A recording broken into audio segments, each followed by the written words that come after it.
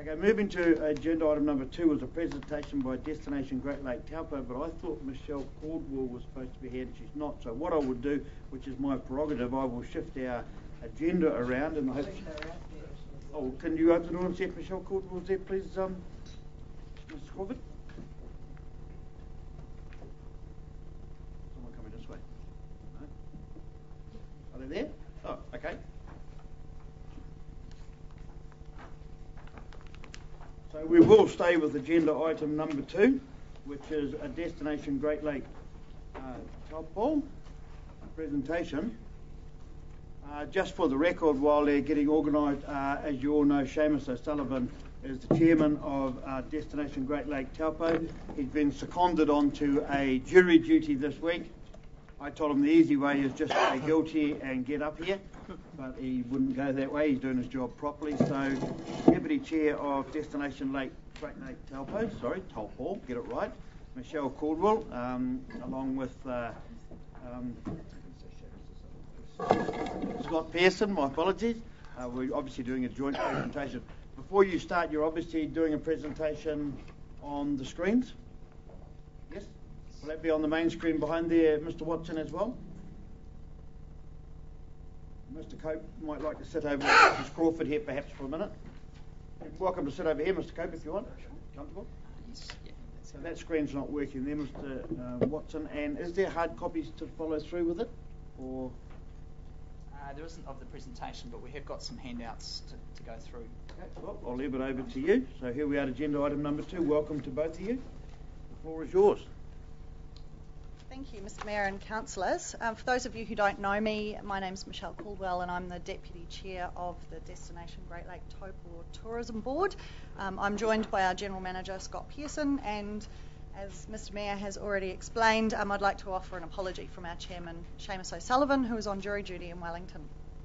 This is the first opportunity that the new Destination Great Lake Taupo Tourism Board has had to present to Council, and we're excited about this occasion.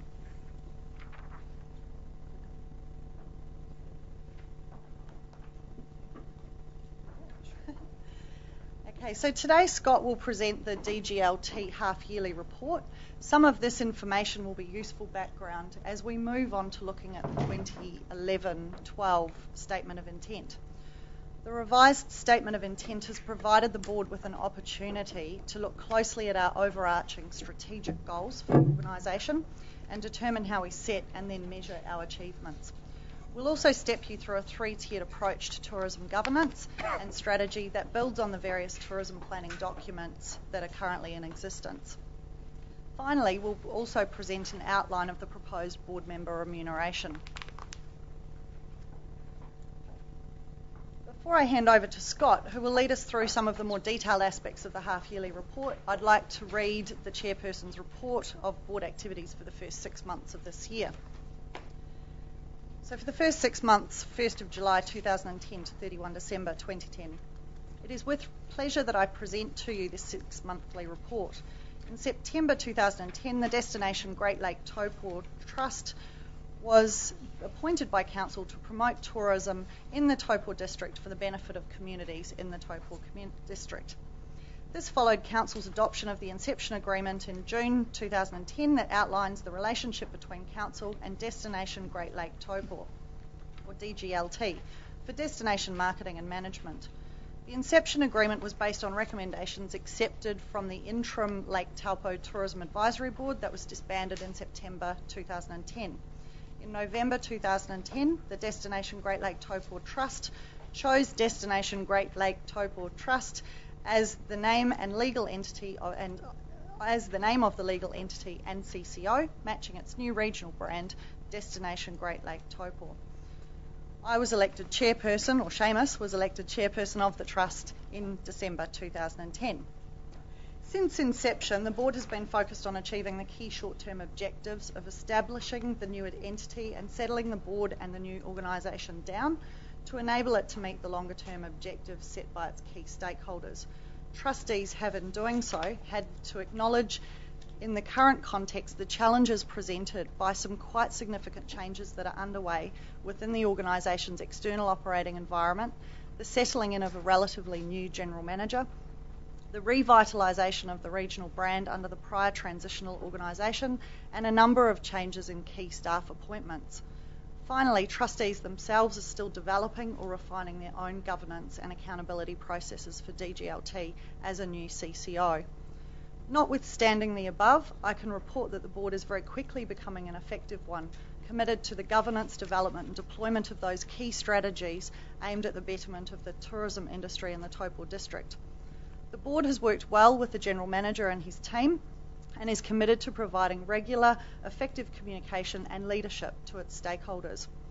Over the last 6 months, a number of significant projects have been underway, including the launch of the new Great Lake Taupo branding, a new domestic campaign with a total spend of over $200,000, which included a $100,000 industry buy-in, the launch of our new website, URL greatlaketaupo.com, and digital strategy, significant new PR and AdWord campaigns in Australia, facilitated development of the Turangi-Tongariro visitor strategy, and the development of other new and much-needed marketing tools such as video and imagery.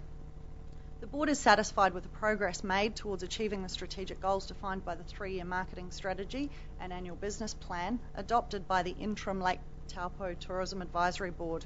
While we will continue to do this for the remainder of 2010-11, we have started dialogue with council officers on a fresh approach to the statement of intent for 2011-12. Yours faithfully, Seamus O'Sullivan. So I'll now hand over to Scott Pearson, who will give the highlights of our half-yearly report. Right, thanks, Michelle. Hi, everyone. And just to reiterate Michelle's comments, it is fantastic to be here in front of the new council and to update you on the activities of Destination Great Lake Taupo. In line with our 2010-11 Statement of Intent, one of the first things we're here to do today is to take you through our half-year report, and I'll just begin talking you through sort of at a high level the things that the board as an organisation is tasked to do. Strategic management is one of the first ones there. That's all about identifying issues that are facing the industry and developing strategies to overcome these. It's also about making sure we're implementing our existing strategies and plans effectively, and part of that is involved in looking at all the different documents that go into tourism marketing and destination management. So things like the 10-year tourism strategy, the board's currently reviewing that and seeing how that fits into our 3-year marketing strategy and also our annual planning work. Another really important thing that the board is tasked with is governance, and that's a part of this review process back to council through the SOI. It's making sure that the board's overseeing the work that I do and the management of our team and all of our activities and operational areas. Advocacy, this is another important piece of work for us, and I'll talk a little bit more about this in a moment, but there are a lot of things that influence the work we do.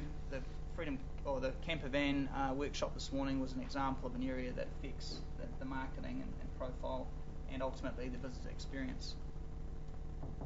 Communication is another point that was raised in the 2010-11 Statement of Intent, and I think you'll see, and as Michelle's alluded to already, this coming year's SOI is very much focused on improving that communication. You can never communicate enough. What we want to do is change that from just being communication and make it more engaging and involve consultation with the industry as well. And in that way, we've got a lot of minds helping us to be successful.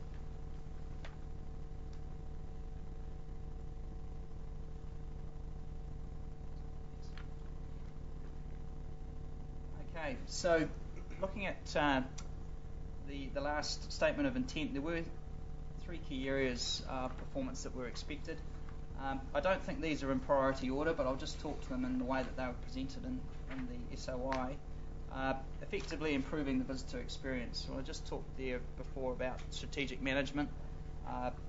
One of the things that we do try to do is improve destination management in the district, and there's, I guess, a little bit of debate in the industry at the moment over how far our organisation can go, whether we are there as more of an influencer rather than a doer. And I think that's probably the conclusion the board's coming to, is that we'll try and influence the decisions that councils make in regard to amenities and services for the visitor and the host community.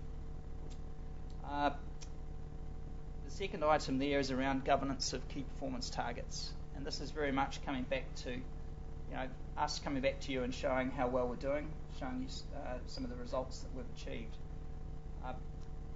For the 2010-11 year, we've been operating under an annual business plan that's had 6 key objectives in it. You'll find this year we'll reduce those objectives down to 3 key objectives. I think that's quite an important shift by the board. However, to say, in terms of working off this existing business plan, I can confidently say that we've made progress in all of these areas, and I'll talk through some of the details in a moment. One of the big ones that we closely monitor is the commercial accommodation stats. Just in terms of the half-year report that we've presented, you'll see there, we can't avoid the fact that the figures aren't as good as we'd like them to be. We have experienced a decline in commercial guest nights over the last 12 months to the year-to-date December, and that's also gone with a negative 2.7% decrease in guest night arrivals. So there are challenges out there. I mean, we can certainly say we have to think about this in context of the bigger picture. We have to think about the global recession, the fact that we had a pretty ordinary winter and the weather was not favourable to the ski market, and a couple of other factors involved there as well. But that aside, the board is extremely committed, and through myself and my team, we're extremely committed to turning this around and getting that worm going back up in a positive direction. First thing is to halt the slide and then to start getting that kind of growth. So as a board, we're looking at a number of ways. I guess what we're trying to do at the moment is work out what's not right. And I don't think it all comes down to just the marketing role that we do. There's a whole lot more involved. You'll hear from Michelle today talking a little bit about the research that the board's doing to try and understand what it is that our key visitors, whether they're domestic or international, are perceiving about Taupo, and looking at it from that perspective and saying, well, what is it about our marketing that we can do better? What is it about the visitor experience that we can do better? And if we can understand some of those questions, then our investments can be a lot better in the long term. Just in terms of some of the other key performance indicators that we use, the eyesight performance is cited in this document. Overall, we've had an average decline in terms of visitors through the door in the eyesights of 9% over the last 12 months. So that's put some challenges onto our eyesight teams. But I am pleased to say that we've had 4.2% growth in our commission sales. So those guys have been working hard to make the most of the people that are coming through. I also think it's maybe a fact of the fact we've got a little bit more time to work with each individual customer, and we're doing a better job at selling the region to them through bookings and other retail sales. So obviously we want to increase the numbers coming through the door, but there is also a push to make sure that we're driving the best revenue out of and best sales out of those customers that come through. The other thing here is our web stats.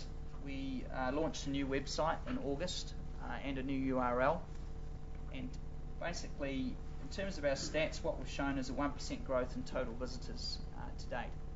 Now I think it's important to realise when you start a new website and you start a new URL, you are a little bit on the back foot, at least for the first sort of 6 to 12 months, as that site is recognised by the search engines and as your new URL builds links with other websites out there in the industry.